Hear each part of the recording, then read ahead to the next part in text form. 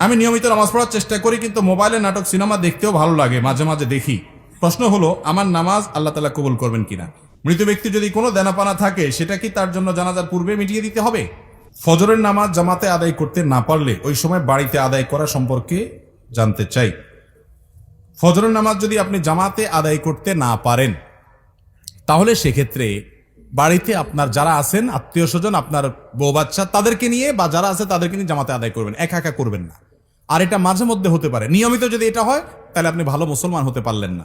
ফজরের নামাজ জামাতের সাথে যারা হাজির হয়, এরা হলো ওই এলাকার ওই মহল্লার ক্রিম মুসল্লি। ক্রিম মুসল্লি বুঝছেন? সবচেয়ে ভালো মানের মুসল্লি, ভালো মানের ইমানদার মুসলমান। যে মুসলমান ফজরের নামাজে হাজির হয়, যে মুসলমান অন্য ওয়াক্তে হাজির হয়, ফজরে হাজির হয় না, বুঝতে হবে এই মুসলমানে কি আছে, ভেজাল আছে। এজন্য এ ক্লাসের মুসলমান হইতে হলে ফজরের জামাতে হাজির হইতে হবে। হঠাৎ একদিন আপনার মিস হতে পারে, এখন রাত 12টা পর্যন্ত যদি মোবাইল আর ফেসবুক টিপাটিপি করেন, তাহলে ফজর নামাজ চাইলেও জামাতে পড়তে পারবেন না। এই জন্য আগে আগে ঘুমাইতে হবে। আগে ঘুমানো স্বাস্থ্যের জন্য উপযোগী, সুন্নাহ সম্মত। দেরি করবেন না। মোবাইল টিপাটিপি করেন, দিনের বেলায় করেন। শয়তান দেখবেন মোবাইল টিপার মধ্যে সবচেয়ে বেশি মজাটা দেয় রাতে, ঠিক না? বিশেষ করে বিছানায় শুইবেন আর মোবাইলটা একটু আধা ঘন্টা 1 ঘন্টা টিপবেন না, এটা তো হতেই পারে না, ঠিক না ভাই? ঠিক। মোবাইলে মোনাজাত ধরে, মোনাজাত বুঝেন, এইভাবে 2 হাত দিয়ে ধরা মোনাজাতের মতোই তো। এরপরে টিপতে স্ক্রল করতেছেন, কোথায় যাচ্ছেন, কি খুঁজতেছেন নিজেও জানেন না, আঙ্গুল খাওয়ার অবস্থা গসতে, ঠিক না? এই যে রাতে বেশি মজা লাগে মোবাইল টিপতে, কারণ ইবলিসের টার্গেট হলো, তার প্ল্যান হলো, তার মিশন হলো আপনার ফজরটা ধ্বংস করা। সেজন্য রাত্রে যদি যত দেরি করে শোয়াইতে পারে সে আপনাকে, তত তার উপকার। আপনি ভোর রাতে উঠতে পারবেন না, কষ্ট হবে। এজন্য রাতে তাড়াতাড়ি শুইতে হবে। ফজর নামাজ কখনো মিস হয়ে গেলে বাসায় যারা আছে তাদেরকে নিয়ে জামাতের সাথে নামাজ পড়বেন, একা পড়বেন না। কারণ জামাতের সাথে নামাজ পড়লে একা নামাজ পড়তে 27 গুণ বেশি সওয়াব হয়। আপনি একটা জিনিস 1 টাকা দিয়ে যদি 27 টাকার সুবিধা পান, আপনি সেটা ছাড়বেন কোনোদিন? তাহলে জামাতে নামাজ ছাড়া একা কিভাবে নামাজ পড়া হতে পারে? এই চেষ্টা আমাদের থাকতে হবে। মৃত ব্যক্তি যদি কোনো দেনাপানা থাকে, সেটা কি তার জন্য জানাজার পূর্বে মিটিয়ে দিতে হবে? মৃত ব্যক্তির কোনো দেনা পাওনা থাকলে সেটা মিটাতে হবে, পাওনাদারের পাওনা পরিশোধ করতে হবে। জানাজার আগেই করতে হবে এমন বাধ্যবাধকতা নাই। অনেক সময় দেখা যায় পাওনাদার দূরে আছে বা এই মুহূর্তে মিটমাট করা সম্ভব নয়, তাহলে আপনি লাশ দাফন করার পরে করলেন হবে, কিন্তু আপনি যদি আগে করতে পারেন, সেই সুযোগ থাকে, অবশ্যই আগে করবেন। আর পরে করলেও আদায় হবে, কিন্তু এটা করতে হবে। অনেক সময় দেখা যায় একটা মানুষ মারা গেছেন, তার দেনা আছে, দোকানে বাকি আছে, এগুলো দেওয়ার খবর নাই, 40 খাওয়া নিয়ে টানাটানি, ঠিক না ভাই? ঠিক। যেটা ফরজ সেটার খবর নেই, যেটা শরীয়ত করতে বলেছে সেটা করে না, যেটা করতে বলে নাই সেটা নিয়ে টানাটানি। আপনার বাবা মারা গেছেন, উনি দেনাদার, পাওনাদারের কাছে ওনার পাওনা আছে, উনি ঝুলে আছেন, আল্লাহর কাছে পাকড়াও, কারণ পাওনাদারের পাওনা আছে, সেটা দেওয়ার খবর নেই। আপনি ওই মানুষ খাওয়ায় বেড়াচ্ছেন। মানুষ খাওয়ানো গুরুত্বপূর্ণ না পাওনাদারের পাওনা পরিশোধ করা গুরুত্বপূর্ণ? তার রূহ ঝুলে থাকে যে ব্যক্তি পাওনাদারের পাওনা পরিশোধ করা ছাড়া মৃত্যুবরণ করে। শরীয়তের নির্দেশ হলো কোনো মানুষ মারা যাওয়ার পরে তার সম্পদ থেকে সর্বপ্রথম কাজ হলো পাওনাদারের পাওনা দেওয়া। এরপরে তিনি ওসিয়ত করলে সেটা পূরণ করা, তারপরে বাকিটা তার ওয়ারিসদের মধ্যে বন্টন হবে। এখন আমাদের ওইগুলোর কোনো খোঁজ খবর নাই, যেটা শরীয়তে বলে নাই ওইটাকে সবচেয়ে গুরুত্ব দিয়ে করি। আল্লাহ আমাদেরকে বোঝার তৌফিক দান করুন। আমার বিদ্যালয়ে নামাজ পড়ার কোনো ব্যবস্থা নাই, নামাজের জন্য কোনো নির্দিষ্ট সময় দেওয়া হয় না, এবং এই স্কুল এই পড়ালেখার স্বনামধন্য প্রতিষ্ঠান, বেশিরভাগ ছাত্র মুসলিম, এক্ষেত্রে আমাদের করণীয় কি? কোন শিক্ষা প্রতিষ্ঠান বেশিরভাগ ছাত্ররা মুসলিম হলে তাদেরকে নামাজ পড়তে না দিলে এই শিক্ষা প্রতিষ্ঠানের লোকেরা তাদের সাংবিধানিক অধিকার নষ্ট করছে আমি মনে করি।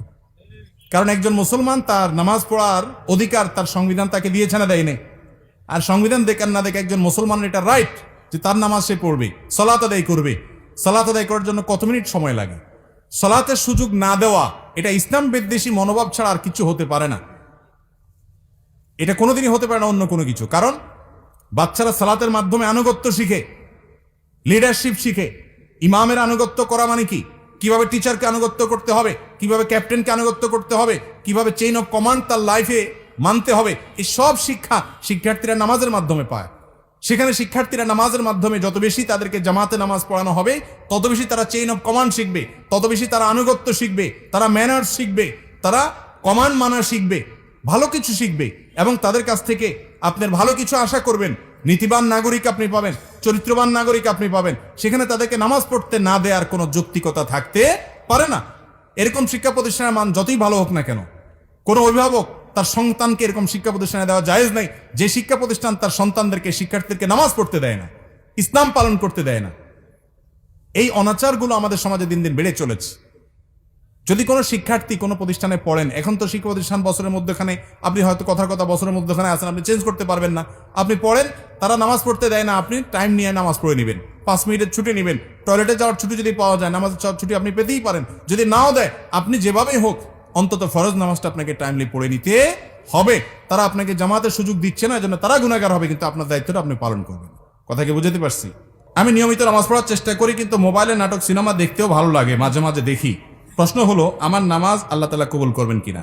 ভাই, নামাজ হয়ে যাবে ফরজ যদি ঠিকঠাক মতো করেন, কিন্তু আপনি নামাজও পড়েন আবার নাটক সিনেমাও দেখেন, হারাম জিনিসও দেখেন, এর মানে হলো আপনার নামাজটা ঠিক মতো হচ্ছে না।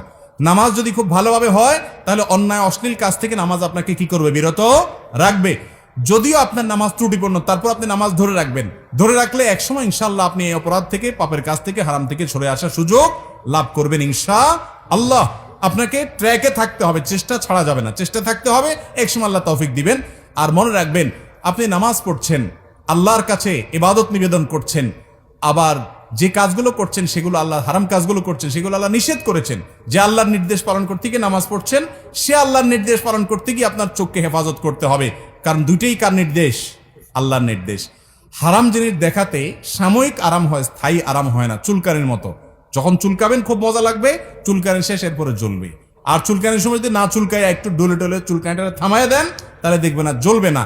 এই জন্য হারাম জিনিস দেখার জন্য মনের ভিতরে চুলকানি হয়, শয়তান উস্কায়, দেখ দেখ, দেখলে অনেক শান্তি পাবি, দেখার পরে ঠিকই অস্থিরতা লাগে, কি দেখলাম কি দেখলাম, হ্যাঁ হ্যাঁ চলে গেল, টেলিভিশন বন্ধ হয়ে গেল, সে চলে গেল, কি দেখলাম।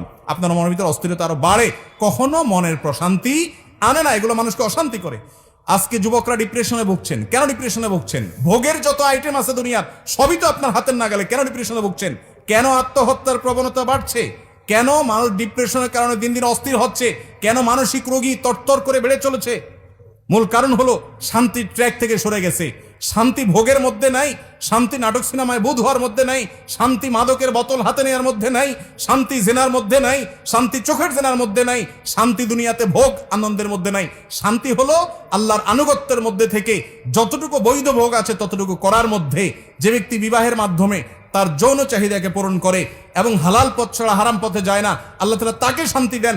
যে অশান্তির পথে যায়, হারাম পথে যায়, অবৈধ পথে যায়, আল্লাহ তাআলা তাকে শান্তি দেয় না। এই জন্য একের পর এক দেখবেন চেঞ্জ করতে থাকে তার লাইফ পার্টনার, কিন্তু শান্তি কোথাও পায় না, ডিপ্রেশনে ভুগতে থাকে। আল্লাহর কসম, এই দুনিয়াতে ভোগে আল্লাহ শান্তি রাখেন নাই, ত্যাগেই শান্তি রেখেছেন, আল্লাহর নির্দেশ মানার মধ্যে শান্তি রেখেছেন। আল্লাহ বিযিকরিল্লাহি তাতমাইন্নুল কুলুব। যুবকরা শান্তি পাচ্ছেন না, ডিপ্রেশনে ভুগছেন, আল্লাহর ছায়াতলে আসেন।